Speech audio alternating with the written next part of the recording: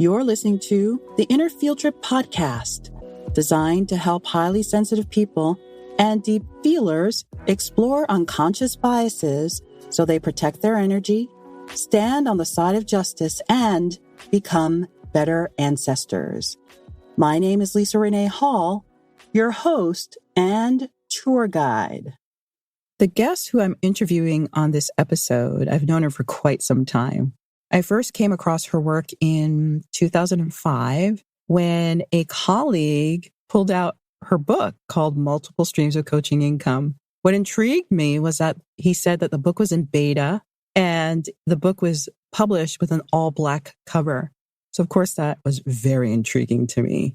I read her book and I was floored because at the time I was trying to be a coach.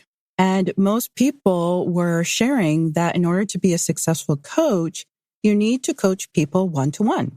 In other words, they pay you hundreds of dollars a month and you have 4 one-hour sessions once a week over that month-long period. But somehow that model just didn't align for me. And so when I was meeting with my colleague and he told me about her book, I went online to order a copy. I had to wait until the official copy was released. And when it was, I was not disappointed. I can honestly say that the book, Multiple Streams of Coaching Income, totally revolutionized the coaching industry. It gave countless of other ways with actual case studies of how coaches were redefining the ways in which we could make money through coaching. And that really is who Andrea J. Lee is. Andrea is a futurist. She's a forward thinker. I am as well. I consider myself to be a forward thinker as well, but I'm always way too early. For example, I was in the podcasting field back in 2005 when it was introduced, 2006, 2007, and by 2008, I became bored. I mean, I even wrote a book called Podcasting for Profit, and when that was published, it signaled my exit from the podcasting field. It took another 10 years for the market to catch up, and now podcasting is all the rage. And so that's me. I'm 5 to 10 years too early. But Andrea, as a futurist, is always on time. And I like to tell her that she's like Gandalf, never too early, never too late, always at the right time. Since reading her book back in 2005, I've continued to be in her ecosystem. I've always followed her advice because, like I said before, she's on time. And the person who was my mentor for so many years has become my friend. And we often have conversations over the phone about the state of the world and the state of what's going on. In particular, I was particularly interested in Andrea's work around tough and difficult emotions. She released a short video about anger and abuse, and it was seen over 2 million times. And so as I watched Andrea's work evolve, I wanted to bring her on this podcast to talk about difficult conversations and anger, especially because it relates so well to the world of anti-racism, anti-bias, and becoming anti-oppressive. That sometimes when we are going through our own awakening, we want to invite family members and friends and colleagues into the awakening as well. But those conversations can become tough and angry and frustrating. And so Andrea's advice around that is so key. And I know you're going to learn a lot from her on the ways in which you can navigate those tough conversations. Here's a little bit more about Andrea. Andrea J. Lee is a futurist with her finger on the pulse of the human spirit and how it can change the world. She's the founder of Thought Partners International, a service business delivering customized, high-touch coaching, training, and consulting. Most often, she works with executives, small business owners, and other leaders, helping them break new ground and make great money in aligned ways. Throughout her life, Andrea has done one thing: help the people she cares about achieve what they think is impossible. Not once, but twice, she helped reinvent the coaching profession and knows one thing for sure: humanity is essentially good and astonishingly powerful. Andrea is a trusted source of coaching innovation, a force for change in the field of emotional abuse, and her business was named an extraordinary bull market company by Seth Godin and Fast Company magazine. Her writing about societal violence and emotional abuse has appeared in the Washington Post, and a short selfie video recently gathered over 2 million views on Upworthy.com. You can find out more about Andrea by going to www.andreajlee.com.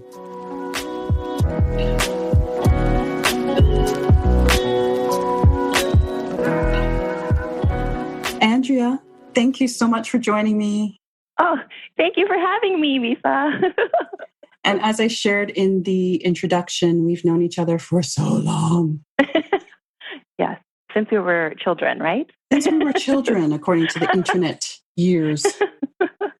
And so the question I always like to start off with all my guests is to tell me who you bring into your work. In other words, who are the ancestors in your lineage, both living and passed on, who inform what you do? Well, I am Taiwanese. So, the joke is that I was almost made in Taiwan because my parents are immigrated from Taiwan to Canada. And so my ancestors are Taiwanese, culturally speaking. And it's very interesting because Taiwan, just 2 generations ago, was occupied by the Japanese for 50 years. So my parents had Japanese names and grew up learning Japanese. And my grandparents were very much grappling with that occupation in their lives and did business with the Japanese. And I consider my origin story to be one of what it means to be Taiwan in the face of China. Taiwanese people will talk about if China sneezes, Taiwan catches a cold. So what it means to be the little guy, what it means to be occupied by the Japanese forces. I also feel very strong ties to ancestors in the coaching field. My roots of learning what coaching was from Thomas Leonard and who he learned from, which was a lot from the accounting field and from the therapy field and the early days of the personal development field. So I feel like I have roots in there too. And I also, more recently, because I was born in Canada, I feel more of a connection now to the land that we are living on now because there is a very strong Native Canadian influence where we live. Apparently, the island that I live on used to be a summer camp for the Comox and Pentlatch tribes. So there's some really nice roots here. We can walk in the forest and see some of the history of the island. And I feel really touched by that and really privileged to breathe that in with every tree that I see. I get to think of that and be reminded of that. I know a lot of the lands in British Columbia are unceded. Yep. So given the lineage that you come from, where your cultural, being Taiwanese and being marginalized by Japanese who came in and colonized and so on, what emotions emerge for you being on these unceded lands of individuals who did not have a choice in giving up the lands that were theirs before the colonizers and settlers came along? Yeah, the emotions are definitely grief, like a deep sort of loneliness that I think it's not a personal loneliness, like I feel lonely, but it's more like a humanity losing its way kind of feeling of loneliness, that these cycles repeat themselves. And in so many different places, there's barely a square inch on the planet that has not experienced some kind of oppression of this kind from the land up, kind of more on a daily basis, not emotional, but not quite sort of over intellectualized either. It's conflicted and feeling like such a paradox. And it really goes to the heart of what matters to me around power and how thin the boundary can sometimes be between being oppressed and being the oppressor. So it's bittersweet and tender to think about how white settlers brought the chicken pox to this island, and then large portions of the native population were wiped out here locally because of that. And very, very heartsore and heartbreaking if I let myself go there. Yes. And so as a second generation Canadian, yes? Yes. Yeah. Yeah. and being raised by immigrant parents. How has that shaped who you are and your relationship to Canada? And in what ways did your immigrant parents not prepare you for life in Canada? I don't know if there is like a playbook or a manual for immigrant parents who try to create a better world and go to a new country that says this is how to prepare your children and this is what it will be like to be in between countries for themselves, for my parents themselves who were caught in between. So it is one of those under-discussed topics, that what the immigrant experience and all that it contains within it. I think it contains multitudes of, again, paradox and conflict and heartbreak and attachment and letting go. Personally, I think that I have a lot of patience for difficult discussions because really that's what we had. We had a lot of really hard discussions, sometimes very heated and sometimes at the top of people's lungs. I remember very clear a lot of yelling. And I don't know if that's entirely to be attributed to the immigrant story, but I think that the parts that I am very grateful for, I'm very grateful for all of it because I wouldn't be here today, alive even, if they hadn't chose what they chose. But they're very hardy people. They're very brave. Yes, they took I agree. this giant risk, right? You get it. You know, we have similarities in our stories in some ways. Yes. Like, I don't even understand how do you just take a deep breath, button your shirt, and just go? Like, I don't understand. So I'm kind of brave, I think I can say. And I think I get that from them. I think I don't really know how not to do something sometimes. Does that make sense? Yeah, it does, due to their guidance and their courageousness. Because I agree, like most likely their first language wasn't English. Right. And so now they have to adapt not only to a new country, but also a new language and raise children at the same time. Right. Right. And my parents, because of the occupation, they had an experience of injustice, specifically a business deal that went wrong on my dad's side of the family. My dad's side had a lumber, I'll call it a business, a lumber mill in their family. Yes. And they had a deal with Japanese military, which they went all out on, and they, had to take risks, financial risks in order to fulfill. And then the Japanese declined to follow through, and based on a technicality of the wood not meeting a standard. Ironically, it's supposed to be white wood, but the wood had knots in it. And so they used the fact that the knots were not white to get out of the contract and left this deal standing with my dad's family's mill. And so they went bankrupt and the whole thing. And I bring that up because, to your question, I hadn't made this connection yet. And when I did, I was kind of like, well, no wonder I have the stomach for sometimes protracted negotiations. No wonder I am like pretty eagle-eyed about boundaries and making sure expectations are set. And I try to over-communicate, look around the corner for blind spots. I said, well, no wonder, right?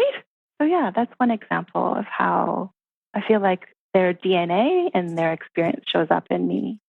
And so your lineage passed on courageousness and diligence, and those are admirable traits. And from a generational standpoint, what is something that has been passed on that has been toxic? Yeah, it's definitely like anger, like very deep-rooted, like anger is not an adequate word here. It's rage at the injustice of life and how things can happen in life when you're living during an occupation. Yeah, anger had its grips on me for a long, long time. I was not conscious of how feeling victimized had given me a sense of entitlement that it would be okay to take a turn at being the bully, at being the jerk, at being the oppressor. I thought it was a natural outcome of when a victim of abuse and anger and injustice has their day in the sun. Okay, great. I'm no longer a victim. Now it's my turn to be a bleep hole. And that was very much a legacy on my dad's side. And I remember when I first discovered you, it was when Multiple Streams of Coaching Income was launched as a beta. Mm-hmm. Yeah. And it was a colleague here in Toronto that showed me the book. And I was just like, oh, that's interesting. And so that was the first in a long line of resources that you put out there in the marketplace that totally changed the way coaches think about building their businesses. Mm-hmm. You mentioned Thomas Leonard before, and you were the general manager at Coachville. Mm-hmm. And when he passed away unexpectedly in 2003, a few years later, you stewarded his intellectual property. Mm-hmm. And I love the way your mind thinks around, I like to call you Gandalf, because you're never too early. You're not too late. You're just on time. Oh my God. Well, thank you. That's a pretty big compliment. And I love to quote Gandalf. So that's perfect. Yeah. So I always love to peek in on what you're doing, because unlike me, where I'm like 5 to 10 years too early, you're just on time. And so I mention all of this because then I see a video come out where you're talking about anger and abuse. Mm-hmm. And to me, it seemed like a big departure. Mm-hmm. So what was that moment for you that said, this is something I have to share? Yeah, I think that in society, in mainstream culture, we have this story that abuse is something that only happens in small pockets, like on some island far, far away to other people. And the most common reaction people have to that anger video that I put out is like, I can't believe it. You seem so kind and soft-spoken. And so that surprise and that reaction, I think, is at the heart of what I am trying to get out in the world, but sort of the inner reason. I think that as humans, we can't help but always be somehow, like you like to say, the perfect word, stumbling with our power in the use of it towards each other, with each other, at each other. So coaches, how might we be being like abusive or like in between the lines, angry and taking things out on people around us, oppressive behavior, and so on? It's not an inquiry that I think should surprise us. I think it's an inquiry that we need to embrace. So to be a little bit concrete, I was talking to a coach the other day who talked about the chagrin they had when they realized that they had been really a bully to their virtual assistant. They hadn't realized it, but they had. Mm-hmm. Mm-hmm. I remember when Thomas Leonard passed away, when the whole schmozzle of what's going to happen now was happening, there were legal proceedings that occurred that were absolutely violent and did not take care of the people involved, myself included. And when we walk around in the world thinking, oh, there's no abuse of power happening, I'm just having my regular day, and here's my coffee, and here's my cell phone. And so we're not interrogating those things to ask, where is the oppression? Where is the violence? Where is the abuse? We have our eyes half shut or more. So that's the connection. It may seem like it's remote, but for me, it's very present in every action that I take. Every time that I coach someone and ask them, well, your decision about how you treat that client, where's the oppression in that? Where's the justice in that? Where's the humanity in that? I love that. And I especially love when you said that people would say to you that, hey, you're so nice, you're so soft-spoken. How can you be so angry? Mm-hmm.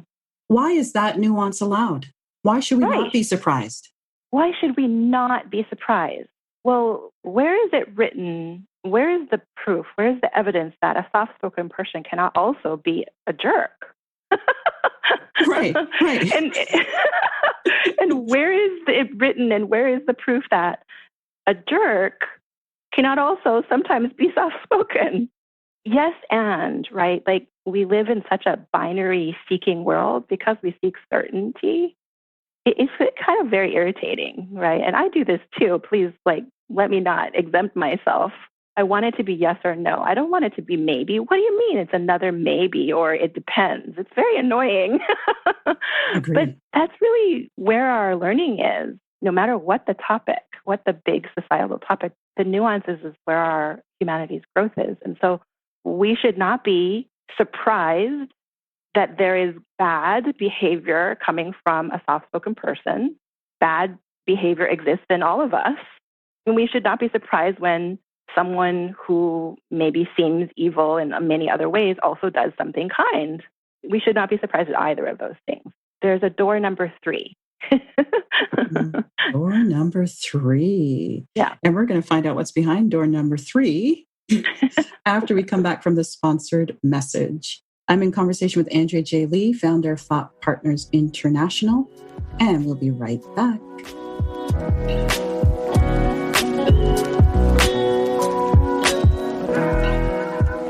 My name is Miranda Wildman, and I am a painter, art magic workshop host, and welcoming space maker. I have to admit, when I first started supporting Lisa on Patreon, I didn't really know what to expect. As a white woman, I felt that if I supported a Black woman on Patreon, then I would be relieved of some of my guilt when it comes to racism and my role within racist systems. However, as time progressed and I started to engage and work with Lisa's inner field trip more often, I realized there was much more to a Patreon relationship like this than a simple monthly transaction to appease my ego. Lisa's combination of guided prompts and stream of consciousness writing have helped me to unpack biases around racism, ableism, and sexism. Before meeting Lisa, along with my awareness of racism and my role within white supremacist systems, I felt an extreme urgency to fix things right away. Writing through Lisa's reflective writing prompts, unfolding deep and unknown layers in my consciousness, I slowly but surely realized that the urgency to abolish racism is very clear. But if I approached doing so with urgency, then I would be missing some very important steps.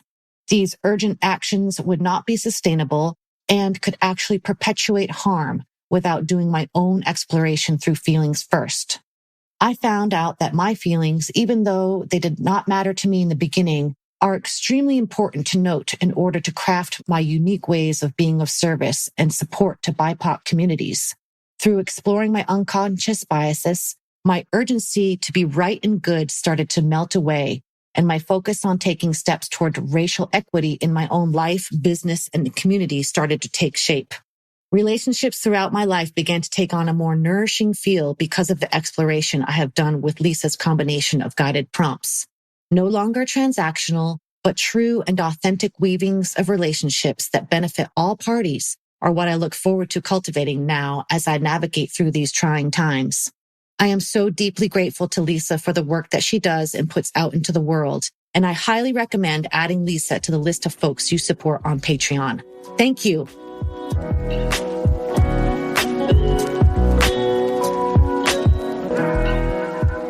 And we're back with Andrea J. Lee, founder of Thought Partners International.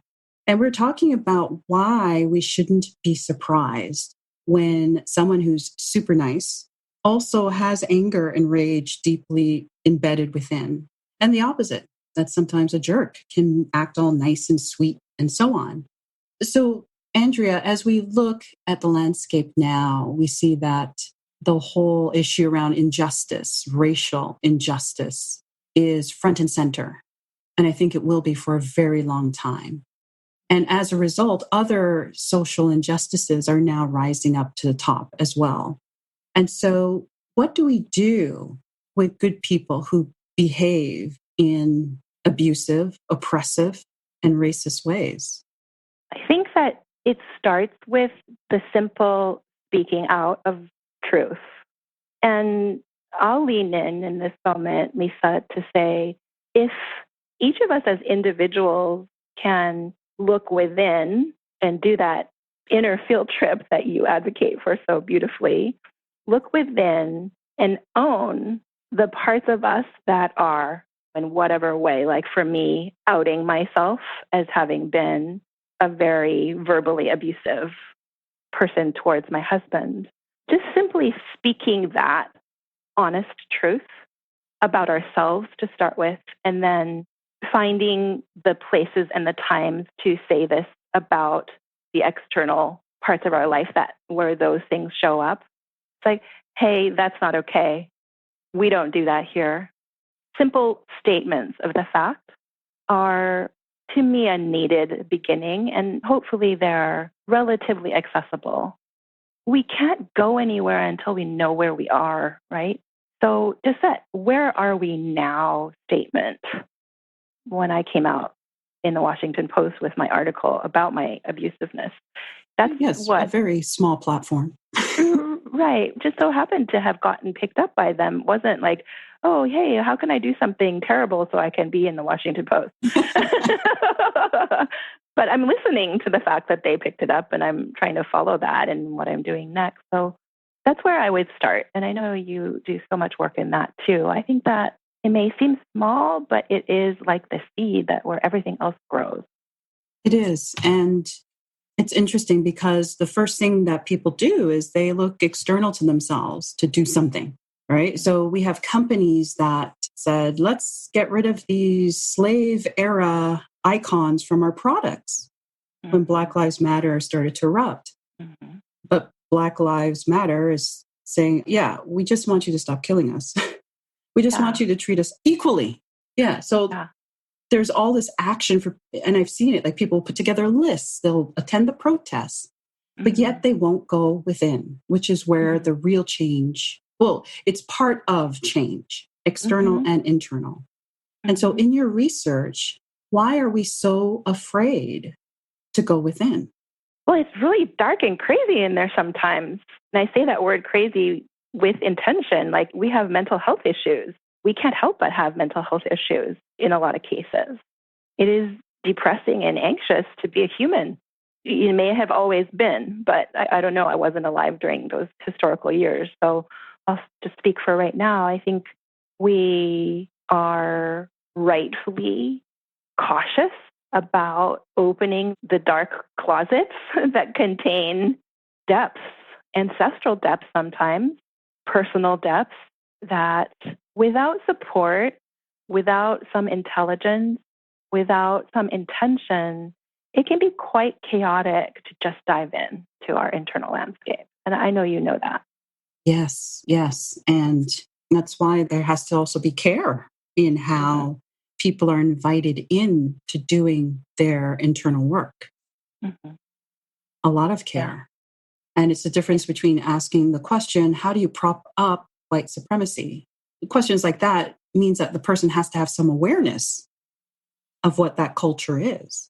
But a better question would be asking about anger. In what ways do you display anger, or how has anger been displayed in your home?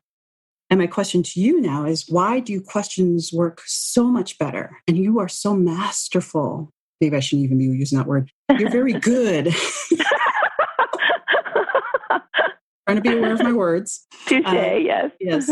You're really good at asking the right questions. And I've seen how questions you ask, like it sucks the air out of the room, and I sit there and I'm in awe. So how do we formulate good questions so that we can go within and explore with courage? And why do questions work? Well, you're very kind. Thank you. That means a lot coming from you, especially because I follow your questions so often, Lisa. I know you know that. So it's very sweet to be sisters in questions in a way. We are so committed to dialogue. I think one of the things I would love to share that relates to this is that I think when I really look within, my question asking really comes from a place of the agony, I'll say. It's like that physical feeling of agony of not knowing what the bleep is going on. And in that highly pressurized, irrational, inexpressible place, a question squeezes out, almost like a piece of coal being pressured to produce something else. And so how does this apply to us practically? I would suggest this is kind of a personal mantra, and it's okay to not know. Not knowing is a fertile field. Knowing is when we stop inquiring. And I like to say learning only happens when we don't know what to do. So don't know what to do better. And you'll get better questions. Yes. Yeah, that place of not knowing, some see it as an emptiness, like a void. But that void is, as you said, is what produces some of the best questions that we could ask ourselves. Mm-hmm. I like the way you said that. It's like between the answer yes and no, that binary again. There is something else. There's a third way, and it's a fertile territory of not knowing. Only by not knowing can we come up with something new. I feel like that's applicable to each of us as a practice to try on today, but also applicable to the bigger conversations that we are all aching to have for humanity. How can we do something different? How can we surprise ourselves and get off the tracks that we know are just not right? I think this is part of the answer. And so would you suggest that to deal with difficult conversations, difficult people, those who have a prickly, abusive background, that questions can help to reach or get to the answer? Mm-hmm. I do. I do believe that.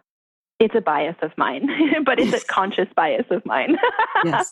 I mean, obviously safety is very important. So I'm not saying like if someone is being terrible that you stop and say, can I ask you a question?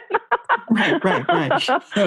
Common sense, right? Right. But before rushing to that person is a blank, oh, this is happening, etc., internally wondering, if I allow myself don't just allow myself, but if I require of myself to not know, what might happen? What would happen? What would happen? I was reflecting on what you were saying. So, yeah. And so when I sit back to craft questions that my patrons work on in the community, like I don't have a book. I don't have something that says, this is the way to craft a good question. And so how do we get into that habit of questioning rather than always reacting or coming from a place where we have to convince? What is the best way to develop our questioning skills so that becomes the default? Yeah, like anything when we're creating a new habit, there are so many wonderful new scientific leaps about how to make a human do something that they want, how we hold ourselves in a space to do something. So it's going to take time. And it's like any practice, repetition, connecting it to something like maybe when you're brushing your teeth, you're spending 2 minutes brushing your teeth each day. If you don't already have something else you're doing during that time, because I find lots of people are trying to do something when they're brushing their teeth these days. Right. But maybe during you're brushing your teeth, like you're saying, all right, what am I going to do today? Or maybe it's at night, let's say, all right, what happened today? And what are 5 questions I can think of to ask myself about today? And it's very easy to start by using the 5 W's, right? Start with the 5 W's. But then try to go deeper than that. Why did this happen? How did this occur? When did I start feeling that way? Who could I talk to about this to feel better, and et cetera? But then the question that I can leave everyone with, I think can help, is very simple. It's a 2-word question. It's what else? All right, what else? If you don't try to be certain in your mind, if you're not trying to solve a problem and you're allowing yourself to wonder out loud, what else? My bias is that everyone naturally has a wellspring of questions inside them. It's just that we have kind of put a board on top of that well and said, okay, well, it's here, but we don't care. We're going to go off and try and conquer the world and not listen to this wellspring of questions. So it's really about returning to that innate questioning. Yeah. Return to that innate questioning. Love it. And so a suggestion again is to employ the 5 W's, go deeper as well, and ask the question, what else? It's like that delta that you talk about, the delta between where we are and where we want to be, and measuring what that looks like. Yeah, you mentioned the delta. Thank you for that. That is a model inside one of my books called We Need to Talk. And actually, you reminded me that there is a chapter about questions and how to generate them. So if you're looking for a little extra, maybe boost or more structure, it could be that chapter might help. And I'll definitely link to that in the show notes. So that'd be awesome. Thank you. Because it's a very good resource. But I'm biased. Everything that you've produced is a very good resource. Aw, thank you. You're very kind. And so ultimately, as we develop questions, would you say that that's one of the reasons why that you are, as I said before, like Gandalf, you're never too early, not too late, you're just in time, that you can see the trend and talk about trends in coaching, trends in business building, and be able to share that in such a way so that I employ it and I know that I'm a year later, the market has caught up. So in other words, what I'm asking is a process of questioning, does that lead to our innovation? Definitely, yes. I mean, I think, Lisa, where you're pointing to, it's kind of glorious because it's a spot that I haven't looked quite like this at. And that is that I think when we ask questions with our mouth and our brain, that's one thing, that's one level.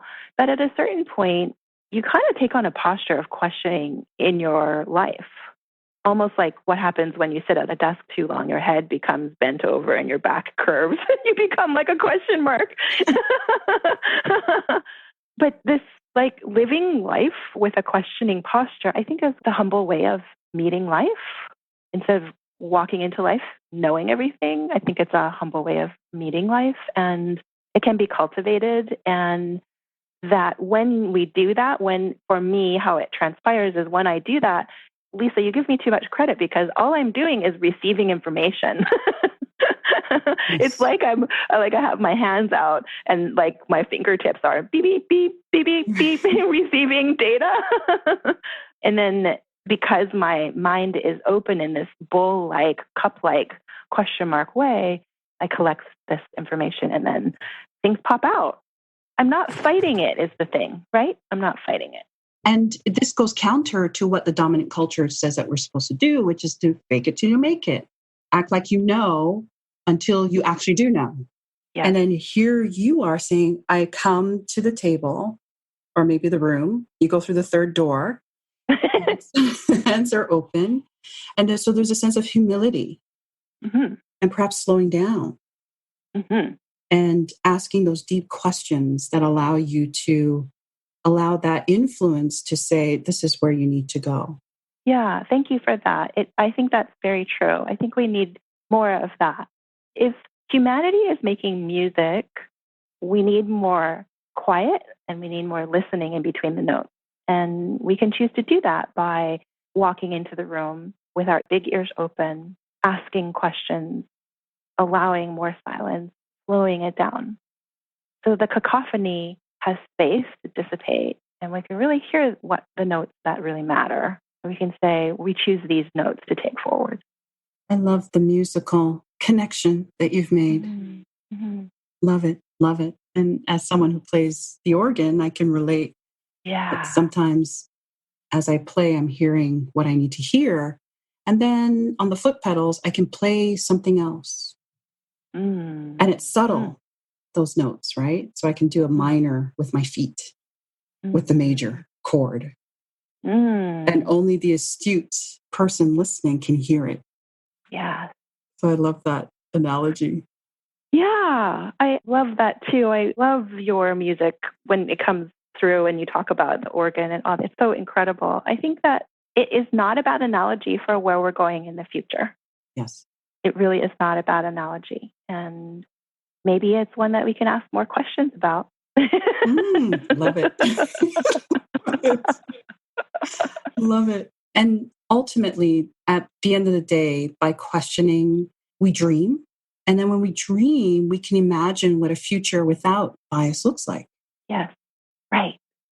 We need space in order to create that with our imagination.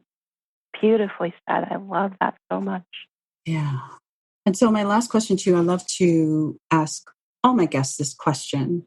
My question is this: what tips do you have to help us stumble bravely in our quest to become anti-bias, anti-racist, and anti-oppressive?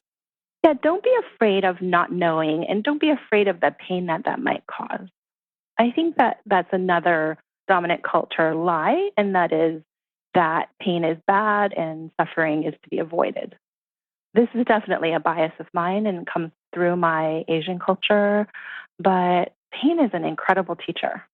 And so I'm not wishing more pain on anybody, and I'm definitely, empathize with anybody who is feeling pain. But when we have agency over it and we feel the pain of the various oppressions that we are all witnessing and walking through, that and the not knowing together is really what, for me, transformed my life from being an abusive person to being someone who can no longer relate to that questioning and not knowing and being willing to suffer the pain of what my behavior was causing.